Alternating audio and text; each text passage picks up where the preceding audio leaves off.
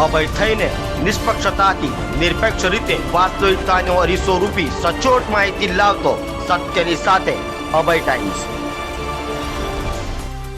વડોદરામાં બનેલી બળાત્કારની ઘટનાને લઈ સુરતમાં વાત કરતા ગૃહ રાજ્યમંત્રી હર્ષ સંઘવી ભાવુક થયા હતા અને કહ્યું હતું કે મારું લોહી ઉકળી ગયું છે, આ દરિંદાને પકડવા પોલીસમાં અંબા શક્તિ આપે।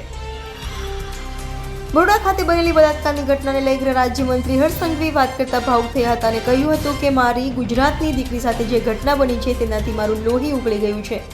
આ દરિંદાને પકડવા પોલીસને માં અંબા શક્તિ આપે। અંબાના ચરણોમાં વંદન કરી આરોપીઓને પકડી પાડીશું,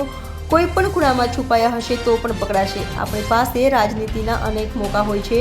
જો કે નવરાત્રિના તહેવારમાં આપણા પર્વને કોઈ બદનામ કરે તેવું કામ નહીં કરી માં અંબે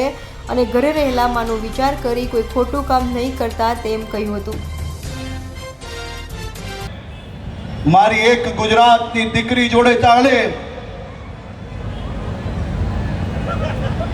જે પ્રકારની ઘટના બની છે, માં અંબાના ચરણોમાં વંદન કરીને, માં અંબાને પ્રાર્થના કરીને એક જ મનોકામના માંગી છે કે માં અંબા આ ગુજરાતના એક પોલીસ જવાનોનું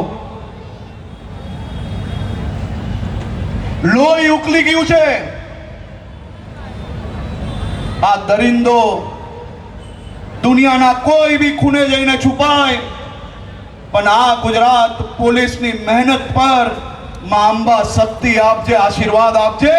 અને વહેલાથી વહેલા મારી ગુજરાતની દીકરી પર જે પ્રકારની ઘટના થઈ છે એને પકડવા માટે કંઈક ને કંઈક શક્તિ આપજે।